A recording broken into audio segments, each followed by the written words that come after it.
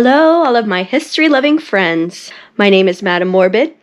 I am your guide on any number of historical adventures. If you like what you see here, please like the video, please subscribe. For the next few weeks, we're going to be talking about the Kennedy assassination. But I'm going to focus a lot on Lee Harvey Oswald and who he was. I am not going to be getting into any conspiracy theories. If that's what you're looking for, I think there are probably conspiracy episodes coming out the wazoo all over YouTube. If you would like to fight with each other in the comments, do not call names or attack each other personally. Just be nice. I am in Dallas, Texas, and I have filmed a few Oswald locations. This first episode is going to be about Oswald's early life and his time in Russia, how he met Marina until he returns to the United States. Oswald is kind of an enigma to me. After all the reading I've done on him, I've read this massive biography of him, and I still don't understand the guy. He did have a learning disability that no one knew what it was at the time. He had dyslexia. So he was often treated as a child as if he were lazy, that his trouble in school was all his fault. He just wasn't putting the work in, which of course was not true at all. He was able to teach himself how to read. He knew stuff didn't look the same to him as it did to other people. So he would go to the library and if he didn't know a word, he would ask the librarian, "What is this word?" As they would tell him, he was memorizing how that word looked to him, and he taught himself to read according to the way he saw the world. That's impressive. But he also seemed to be a bit of a narcissist. Everything was about him. He had this sense of entitlement. If somebody helped him and Marina, he never said thank you. He had it in his head that he was meant for greatness, but he didn't know how to accomplish that. His mother had issues. She had 3 boys. They felt like their mother didn't want them. They were in the way. She didn't want to be a mother. And the 2 oldest, she shipped off to military school. Lee, being the youngest, was with her longer than his brothers. He bore the brunt of her issues, and that seems to be one reason he didn't turn out quite as good as his other brothers did. There was no father figure in his life for a short period of time. He did have a stepfather that he really liked, who wasn't around for very long because he couldn't put up with his mother, and they got divorced. When he was 17 years old, Oswald joined the Marine Corps. He probably had a couple of reasons for doing this. One, to get away from his mother. His mother tried to control every aspect of her children's life. But he also idolized his older brother, Robert, who had also served in the Marine Corps. So at 17, he enlisted. He spent time in Japan. He was trained on radar. He had scored really high on their IQ test, but nobody liked him. He spent a lot of time in the brig. He was court-martialed twice. He was busted down in rank. And a lot of these misfortunes happened because people didn't like him. That second court-martial in particular, he had gotten into a bar fight while drunk, tried to fight with a sergeant. That kind of thing happened all the time. But the sergeant actually pressed charges, and again, that's something that shows how much people didn't like him. He was also court-martialed for accidentally shooting himself in the arm with a gun he wasn't supposed to have. It was ruled an accident, but he was court-martialed for having the gun. I found an article out of a Tucson news station that aired on the 50th anniversary in 2013, where a Marine who served with him shared some of his memories. His name was Greg Hogemeyer, or Hegemeyer. He was 17 and joined the Marines in 1956 at the same time as Oswald. They went through boot camp, infantry, and aviation training together. It was 6 months. And he remembered Oswald as a loner. He never saw him smile. He said Oswald had a very small circle of friends. He describes him as a sneaky weasel. He vividly remembered one time when Oswald was marching behind him, and he said he purposefully was making sure he was clipping the back of Mr. Hegemeyer's boots. And he said he was doing it just to upset me. I knew he was. And he said it got to the point where I was getting irritated and we almost came to blows over it. But he said he didn't want to end up in the brig what is really interesting, he talked about how Oswald was with weapons. And he said he got the impression Oswald knew about guns before he even got into the military. He said that of all of the guys, Oswald was the fastest when it came to taking his rifle apart and putting it back together, even when blindfolded. He said out of 150 of us, he always did it, and it seems to me every time he came in with the least amount of time. And Hegemeyer said Oswald absolutely had the ability to hit what he aimed at. He said during rifle training, Oswald was one of the best, even at 500 yards. And this is a quote. He said, "From 500 yards away, that's a long, long way. So I was in awe of people that could shoot that well, and he was one of them. So I had no doubt in my mind when hearing about the assassination and putting it together. I felt he was quite capable of committing that." But after that 6 months of training, they never saw each other again. While he was overseas, he started to sympathize with communists. For a while, he was stationed in the Philippines, and he really identified with some of the Filipinos and their communist leanings. He also encountered Soviet propaganda, which he would later say was extremely effective. While he was overseas is when he made the decision, I really like this Soviet ideology. I'd like to go to the Soviet Union. And that's exactly what he did. He just wasn't all that enthusiastic about the Marine Corps.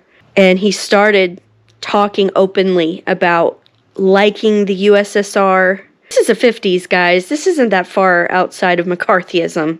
He started studying Russian in the barracks. He subscribed to Russian language newspapers. He would play Russian songs in the barracks. And so people started calling him Oswaldskovich. He started calling some of the guys comrade, and they started calling him comrade back. And the guys started to jokingly call him a spy. He absolutely loved that attention. That's when he got interested in Fidel Castro. He started learning a little bit of Spanish from one of his fellow soldiers. Oswald got out of the Marines. He applied for a hardship to get out 4 months early because his mother had had a slight injury in a candy factory. So she helped him, said she was disabled and that he needed to take care of her. But he only stayed with her for about 2 days. Then he headed abroad. He went to New Orleans. He got on the SS Marion Likes on September 20th. He headed to Le Havre, France. From there, he went to Helsinki, was granted a tourist visa to the Soviet Union, and he entered Russia by train on October 15th and arrived in Moscow on October 16th, in which he said he wanted to give up his American citizenship and become a citizen of the USSR. It was 1 day before his 20th birthday.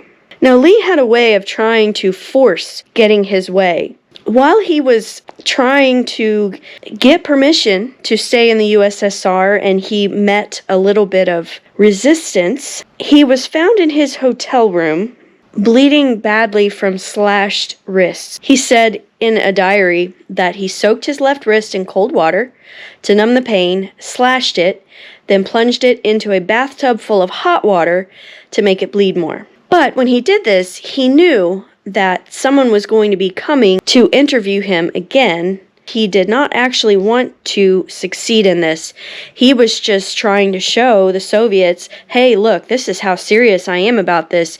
You better give me my way, or I just might kill myself. But he knew she would arrive and she would take him to a hospital, and so he survived. He never actually completely cut ties with the U.S. He left that door open so that he could return if he didn't like it. And they put him in a really nice apartment, nicer than anything an actual Russian citizen would ever be entitled to.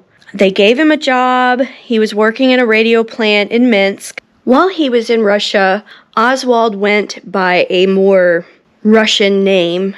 Everybody called him Alec. He learned to speak Russian from his coworkers at the radio plant. And this group of people, according to his biographer, Patricia McMillan, are probably the only true friends he ever had his whole life, which is very sad.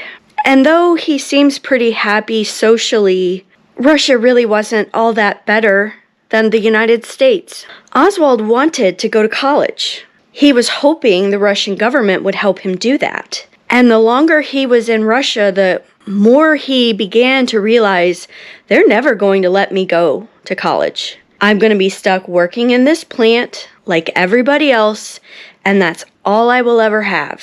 Marina was a licensed pharmacist. She was an extremely intelligent woman. She had a job working in a pharmacy where she prepared medicines for the hospital in Minsk. She was living with her aunt and uncle. Her uncle was an important member of the Communist Party. It was a Friday, March 17th, 1961, when Marina went to a dance held at the Palace of Culture. The dance was held for medical students. There were 2 boys who really wanted to take her that night, and she couldn't decide between the 2 of them. So she decided, I'll decide when I get there. If I'm early, I'll go with Anatoly. If I'm late, I'll go with Sasha. She came very late. She didn't get there until 10 that night. Poor Sasha waited for her for 3 hours for her to show up to that dance. Anatoly just kind of wandered inside and was in there by himself. She kind of hoped to make Anatoly jealous as she was dancing with Sasha, but she didn't see him. And as she's dancing with Sasha, an acquaintance of hers named Yuri approached her and Sasha, and he had a stranger with him. The stranger stuck out his hand, grinned, and said his name was Alec. He asked Sasha if he could dance with Marina. They danced for a couple of minutes in silence when he asked, I'm sorry, but I didn't catch your name. And she told him. And he said, what a pretty name. She figured that was probably a line, but he was a pretty good dancer. He was wearing a gray suit, a white shirt, and a white tie. She was in a red brocade dress with a bell skirt. She didn't recognize his accent, but she knew he wasn't Russian. He said, it's not just your name that's pretty. You're pretty too. I saw you when you came in. I was trying to figure out how to meet you, but you had a crowd around you. I'm glad we finally met. And he danced with her again and again all night long. He never danced with anybody else. He would just stand there and wait if she was dancing with somebody else until she was free again. He struck her as clean and polite, and he was a good dancer. Afterwards, a group of them went to Yuri's apartment. His mother had just come back from the United States and was going to talk to them about what it was like there. That's when she realized that Alec was American, and that's how he ended up going to the dance, because Yuri had invited him as an American to hear his mother talk about America. And after she had given her opinions and she left, all of the young people turned to Alec and wanted to know, is what she said real? Is that really what America's like? He said that some of her remarks were propaganda. The rest was fair enough. She had been struck by the absence of lines at the grocery store. She thought this was probably because of unemployment and overproduction. So she decided that people must not be able to afford food, so there was nobody in the stores. But Alex said no, they seem empty because there's plenty for everyone at a price people can afford. He did say, though, your mother is right. Unemployment is a problem. He was asked if he loved America, and he said he did, but he did not love everything about America. He disliked specifically unemployment, racial discrimination, and believed that education and medical care cost far too much. But he also said that housing was better. Of the 2 countries, he thought America was more democratic because everyone could say what they thought. When they took Marina home, he asked her if he could see her again. He told her to tell him the time and place and let her know that he seldom missed a dance. So she said, well, maybe I'll go there next week too. And he was extremely charming to her and her family.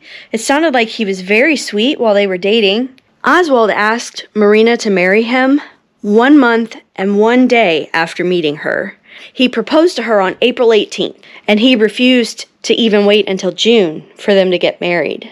He went through all of those Russian customs on getting permission to marry somebody's daughter. Now, her father was dead, so she lived with her aunt and her uncle, and her uncle was pretty important in the communist government.